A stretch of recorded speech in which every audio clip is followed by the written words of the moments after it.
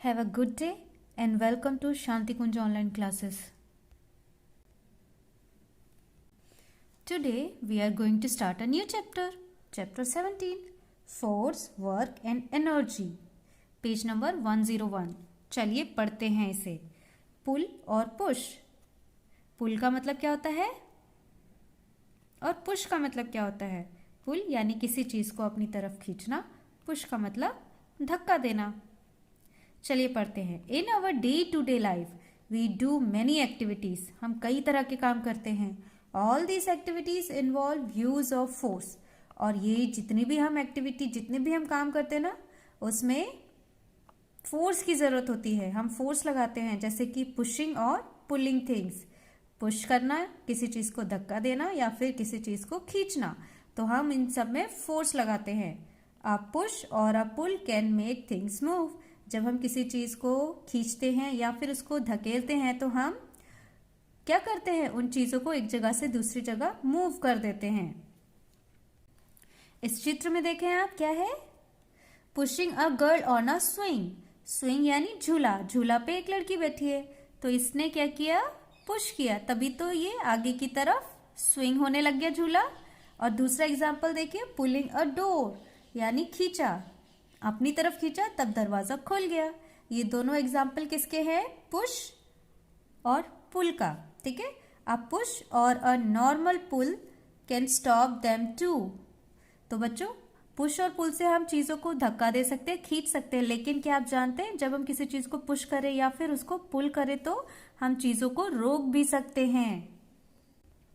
यहां देखिए, इस चित्र में क्या देख रहे हैं आप, एक प्लेयर बॉल को रोक रहा है. एक बॉल जो बहुत तेजी से आ रही थी. ठीक है.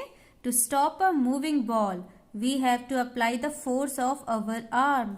इस बॉल को रोकने के लिए किसका फोर्स लगाया, अपने आर्म का, अपने हाथ से फोर्स लगाया.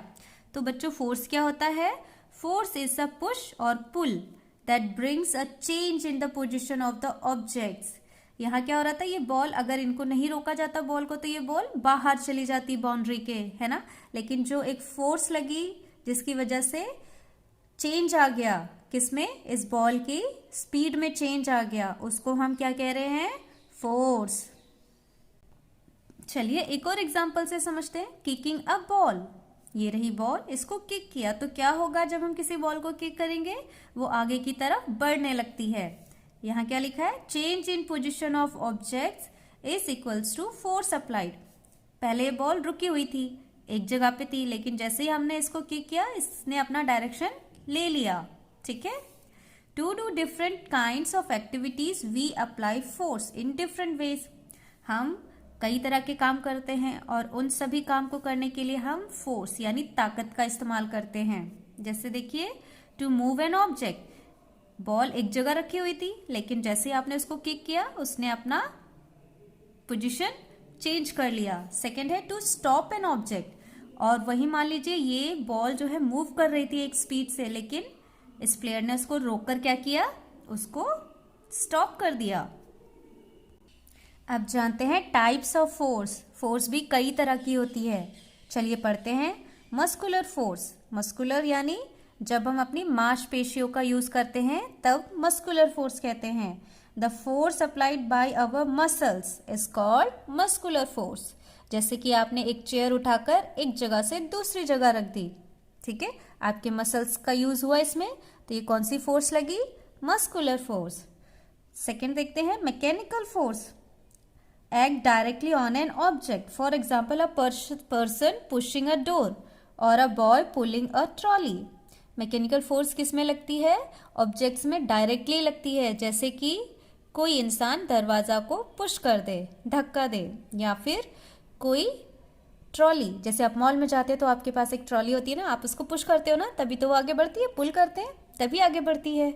इसमें कौन सी फोर्स लगी, मैकेनिकल फोर्स. फिर देखिए, force of friction opposes the action और स्टॉप्स अ मूविंग बॉडी.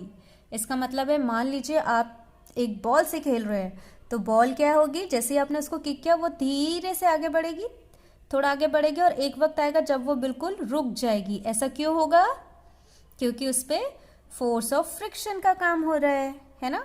एक ऑब्जेक्ट तेजी से आ रही है और कुछ देर बाद रुक जाती है। That is force of friction. When we want to slow our bicycle quickly, जब हम अपनी साइकिल को ब्रेक लगाना चाहते हैं, we need to have a lot of friction between the brake blocks and the wheels. They touch. यानी कि मान लीजिए साइकिल चल रही है, जैसे ही हम ब्रेक लगाएंगे तो क्या होगा, किस किस के बीच में फ्रिक्शन होगा इसमें? पहला ब्रेक, जब हम ब्रेक दबाएंगे तो ब्रेक में और जिस पहिए पे ब्रेक लगा है उस पे, उन दोनों पे ही एकदम जोर से दोनों तरफ से ही फोर्स लगेगी और उस फोर्स का नतीजा क्या होगा, ये साइकिल रुक जाएगी। तो यहाँ पर भी फ्रिक्शन फोर्स लग रही है। ठीक है, अब जानते हैं ग्रेविटेशनल फोर्स के बारे में। ग्रेविटेशनल फोर्स क्या होता है, आपने सुना होगा, एक व्यक्ति पेड़ के नीचे बैठा और ऊपर से एक सेब गिर गया। तो बच्चों यहाँ से तो ग्रेविटी की शुरुआत हुई। इधर से पता चला कि ग्रेविटी भी कोई चीज होती है। और जानते हैं जिसके ऊपर वो सेब गिरा वो कौन थे? वो एक साइंटिस्ट थे, उनका नाम न्यूटन था। ठीक है, चलो इसमें पढ़ते क्या है। Gravitational force, the force through which each object is pulled towards the earth is called gravitational force. For example, if you kick a ball up in the air it comes down on the earth due to the force of gravity. तो अगर gravity नहीं होगी ना पृथ्वी पर, तो बच्चों हम लोग जहाँ खड़े हैं वहाँ खड़े नहीं हो सकते, हमारे घर का सामान एक जगह पे बिल्कुल नहीं रुक सकता है। ये क्या करेंगे, उड़ते रहेंगे, फ्लोट होंगे, जैसे कि स्पेस में होता है, हर चीज मूव करती रहती है, वैसा ही पृथ्वी पे होगा। लेकिन पृथ्वी के पास ग्रेविटेशनल फोर्स है जिसकी वजह से हर चीज अपनी जगह पर व्यवस्थित होती है। ठीक है, तो फिर the force through which each object is pulled towards the अर्थ, वो फोर्स जो क्या करती है, हर ऑब्जेक्ट को पुल करके रखती है, उसे हम ग्रेविटेशनल फोर्स कहते हैं। फॉर एग्जाम्पल, जैसे कि आपने एक बॉल को ऊपर किक कर दी, ऊपर, ठीक है, आकाश की तरफ, तो क्या होगा, वो बॉल नीचे आएगी। और क्यों आएगी? ग्रेविटेशनल फोर्स की वजह से। ठीक है बच्चे, तो आज के लिए हम इतना ही करेंगे। आप इसे पढ़िए और समझने की पूरी कोशिश करिएगा। ना समझ आए तो मुझे ज़रूर बताना। ठीक है, तब तक आप सभी अपना ध्यान रखें, स्वस्थ रहें, सुरक्षित रहें और अपने मम्मी पापा की बातों को मानें।